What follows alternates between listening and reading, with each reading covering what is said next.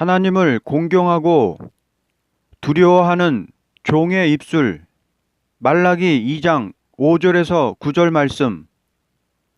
말라기서는 아무리 주 재림기에 촛대교회가 되었다 하더라도 지도자가 부패할 때 촛대가 옮겨지는 것 같이 말세에도 완전히 성결함이 있기 전에는 그 교회가 새 시대에 갈 수는 없다는 것을 말씀한 것입니다.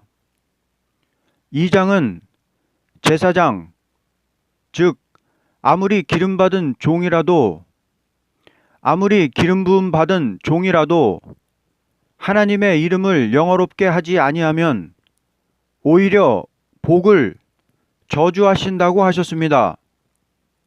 2장 2절에 내 이름을 영화롭게 하지 아니하면 내가 너희에게 저주를 내려 너희의 복을 저주하리라고 하셨습니다.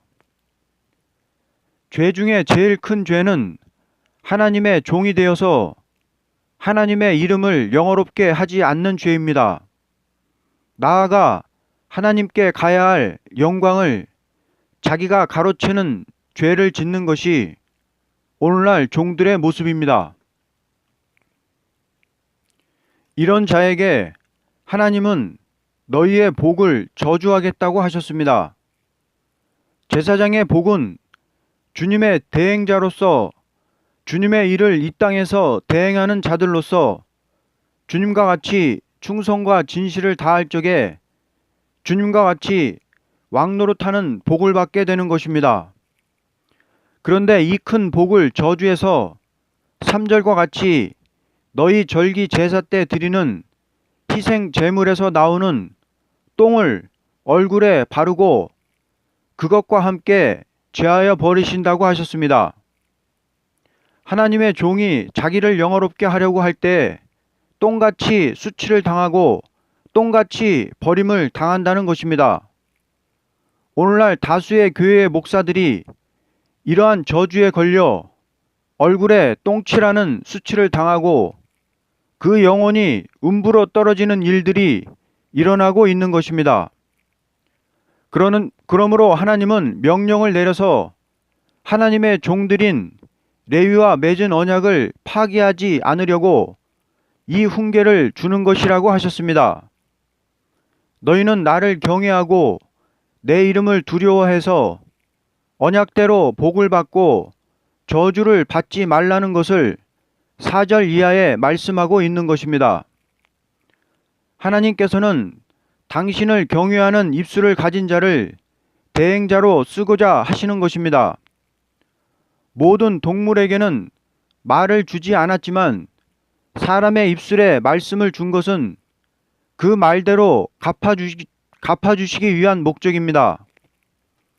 마태복음 12장 36절에서 37절에 내가 너희에게 이르노니 사람이 무슨 무익한 말을 하든지 심판날에 이에 대하여 신문을 받으리니 내 말로 의롭다함을 받고 내 말로 정죄함을 받으리라고 하셨습니다. 우리는 내가 하는 말이 없어지는 것이 아니고 다 녹음되고 있다는 것과 그 말에 의해서 복을 지을 수도 있고 그 말로 인해서 정죄를 받을 수가 있다는 것을 명심해야 할 것입니다. 이제 하나님을 경외하는 사람은 어떠한 입술이 되어야 한다는 것을 본문으로 증거합니다. 첫째, 진리의 법이 있어야 됨. 5절에서 6절 상반절. 레위와 세운 나의 언약은 생명과 평강의 언약이라. 내가 이것을 그에게 준 것은 그로 경외하게 하려 함이라. 그가 나를 경외하고 내 이름을 두려워하였으며 그의 입에는 진리의 법이 있었고. 하나님은 명령을 주시되 생명과 평강의 언약을 따라서 주시는 것이니 언약을 믿고 하나님을 경외하는 마음으로 순종해야만 될 것입니다.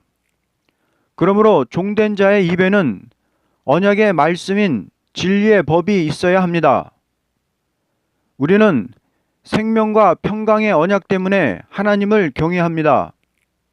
생명이라는 것은 예수님을 믿으면 죽었던 영육을 살려준다는 것이고, 평강이라는 것은 환난과 재앙의 날에 남은 자가 되게 해서 평강의 왕국으로 인도하신다는 언약입니다. 이것을 언약하시고 나를 경외하라는 것입니다. 내가 너를 사랑해서 독생 성자를 보내서 구원해주고 성신을 보내주고 너를 도와주고 보호하고 나를 위해 충성하면 상급을 주는 축복을 줄 테니 나를 경외하라는 것입니다. 만약 이런 것이 없다면 우리가 하나님을 경외할 이유가 없습니다. 하나님의 말씀이 우리에게 유익이 없고 평강이 없다면 하나님을 공경할 필요가 없습니다. 우리는 소망이 있어야 공경하는 것입니다. 얼마나 감사합니까? 하나님은 모든 것을 약속하셨으니 믿고 두려워하는 마음으로 순종해야 할 것입니다. 그러므로 우리는 말씀을 통해서 그 귀한 생명과 평강의 언약을 깨닫고 순종하는 것입니다. 하나님께서는 말씀으로 통일을 시키시는 것입니다. 그러므로 누구든지 성경을 기록하게 하시는 것이 아니고 대표적인 사람에게 말씀을 책에 기록하도록 하시고 그 밖의 사람은 입술에 그 법을 따라서 증거할 때 하나님께서 역사하십니다. 오늘날 많은 사람이 설교를 하고 있지만 그 입술에 진리의 법을 떠나서 말하게 될 때에는 하나님께서는 그 강단에 응답의 역사를 내리시지 않는 것입니다. 강단에 주의 종이라고 섰는데 보좌 위에 계신 하나님의 말씀이 내리는 것이 없다면 이것은 거룩한 교회가 될 수 없습니다. 교회라는 것은 강단을 통하여 하나님의 진리의 법을 바로 가르쳐서 모든 사람이 그 법대로 믿고 순종하고 그 법대로 행하시는 하나님께서 복을 받도록 하는 곳이니 언제나 강단에 선 종은 그 입에 진리의 법이 있어야 합니다. 진리라는 것은 하나님께서 미리 말씀을 책에 기록하게 하시고 그 법을 따라서 인생에게 행하는 것을 말합니다. 그러므로 가장 복 있는 자는 입술에 진리의 법이 있는 자라고 봅니다.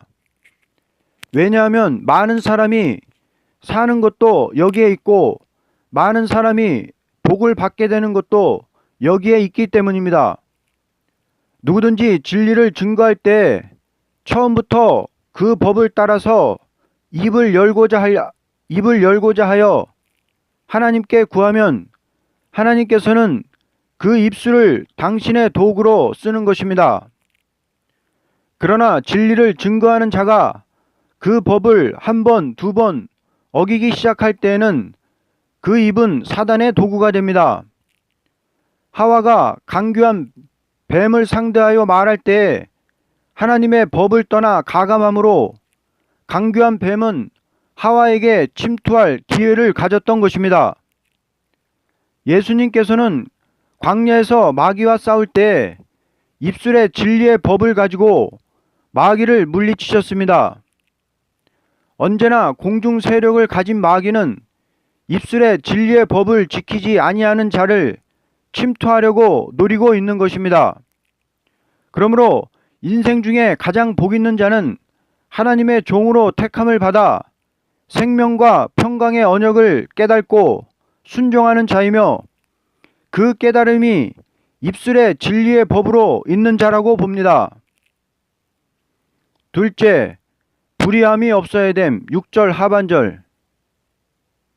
그의 입술에는 불의함이 없었으며 그가 화평함과 정직함으로 나와 동행하며 많은 사람을 돌이켜 죄악에서 떠나게 하였느니라. 그의 입술에 불이라는 것은 다음과 같습니다.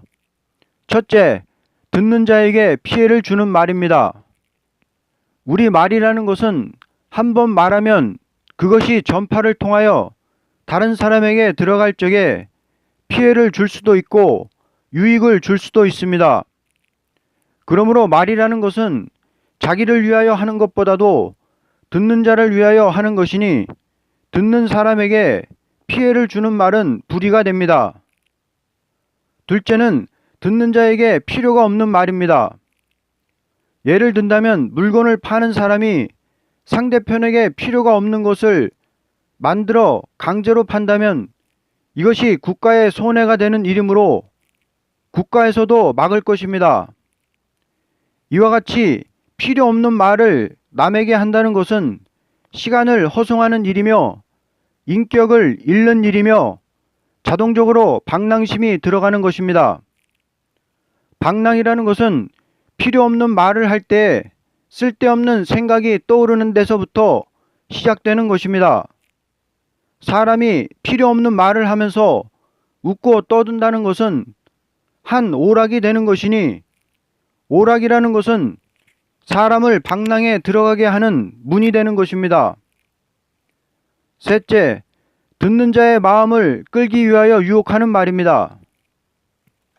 어떤 사람이 말을 할 때 사람의 마음을 끌기 위하여 했다면 불의가 됩니다. 왜냐하면 그 말은 다른 사람을 이용하기 위하여 하는 말이니 그 말하는 자체가 불의가 되기 때문입니다.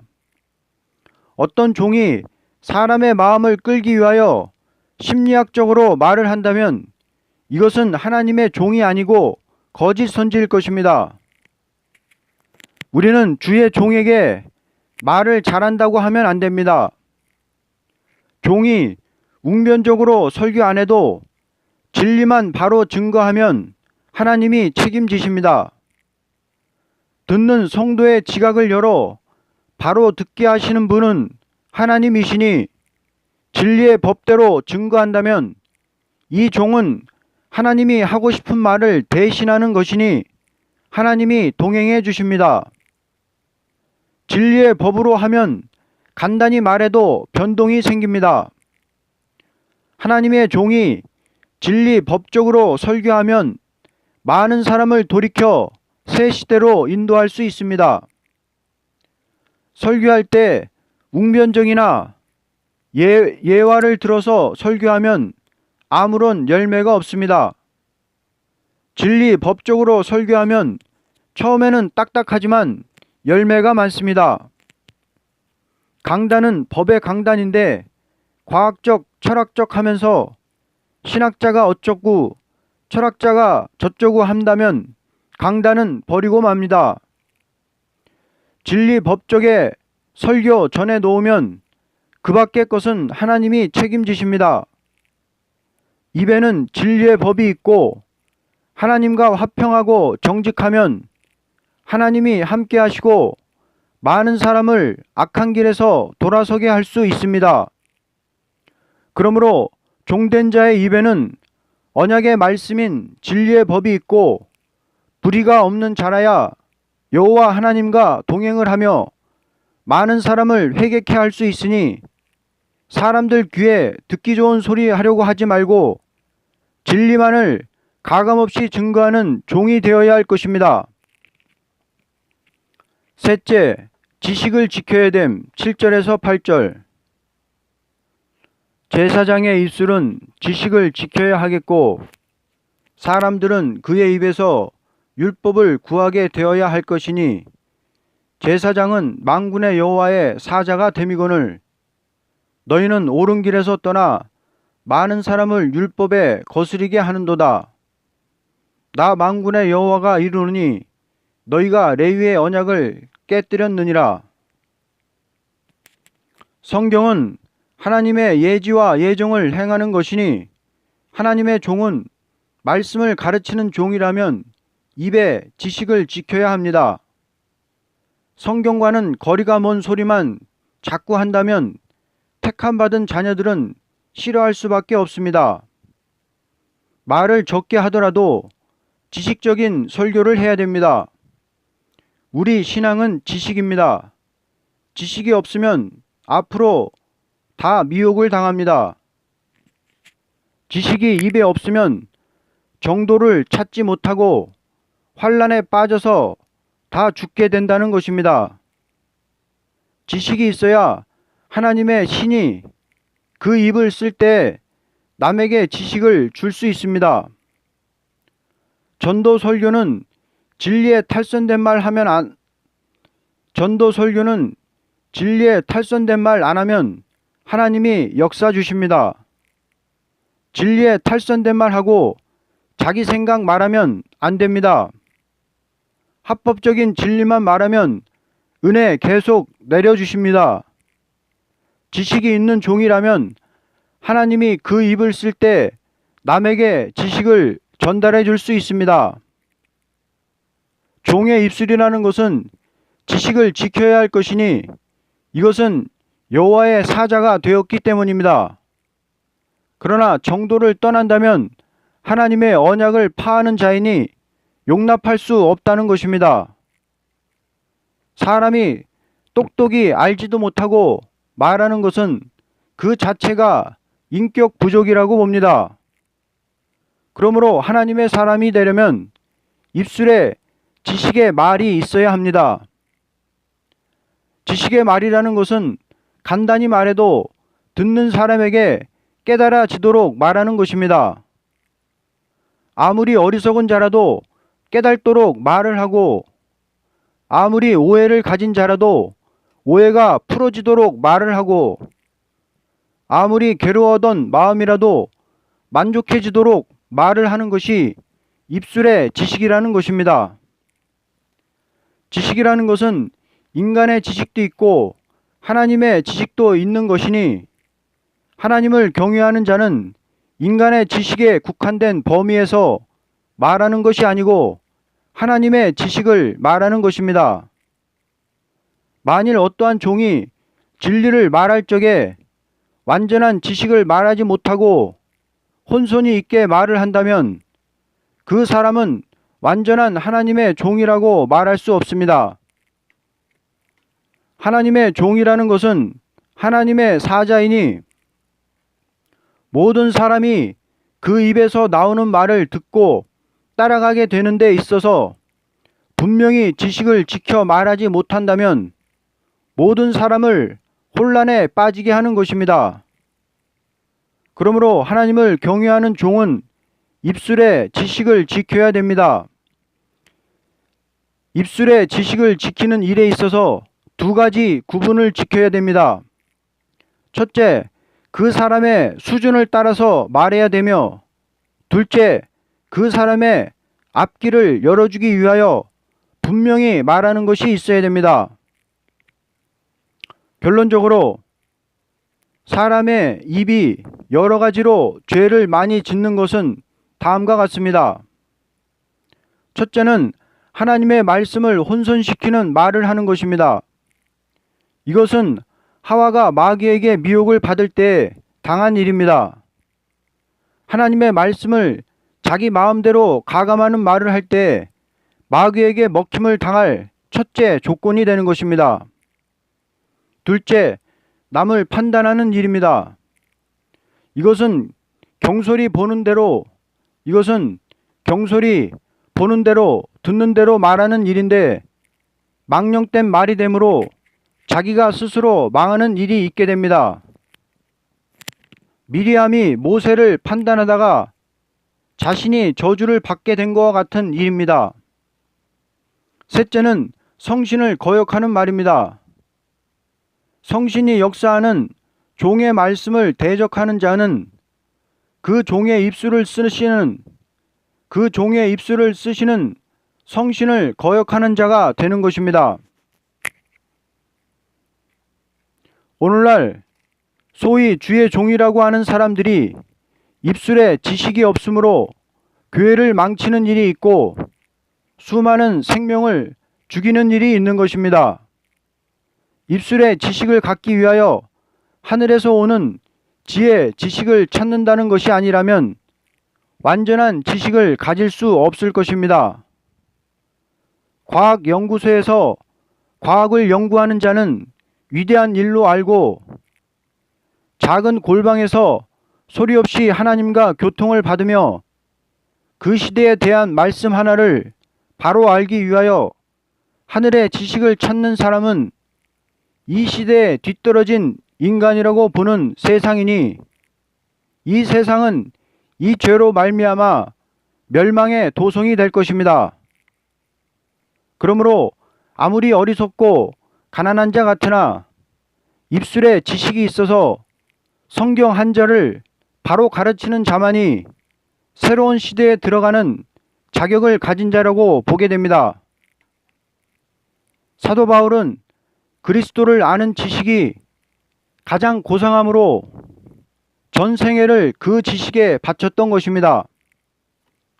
이것을 모르는 바리새 교인들은 바울을 연병 같은 놈이라고 하고 이단 중에 괴수라고 했던 것입니다. 그러나 나사렛 목수 예수를 바로 아는 지식을 위하여 전 생애를 바친 바울은 세계 통일의 대종교를 이루는 진리의 대표적인 사람이 된 것입니다. 하늘에서 하나님은 조용히 감찰할 때에 당신의 말씀 한 절을 바로 아는 지식을 찾는 사람에게 난제를 해결할 수 있는 인격이 되도록 역사해 주는 것입니다. 입술이라는 것은 인생에게 준 사명이니 그 입술 하나를 바로 움직임으로 향상될 수 있고 그 입술을 바로 사용하지 못함으로 타락하게 되는 것입니다. 하나님께서 아무리 사명을 맡겼지만 하나님을 영화롭게 하지 아니하며 입술이 부정하며 진실하지 아니한 종을 버린다는 것입니다. 그러므로 하나님을 경외하는 자는 그 입술에 진리의 법이 있어야 하는데 있어서 불의가 없고 지식을 지켜야 되는 것입니다. 아멘.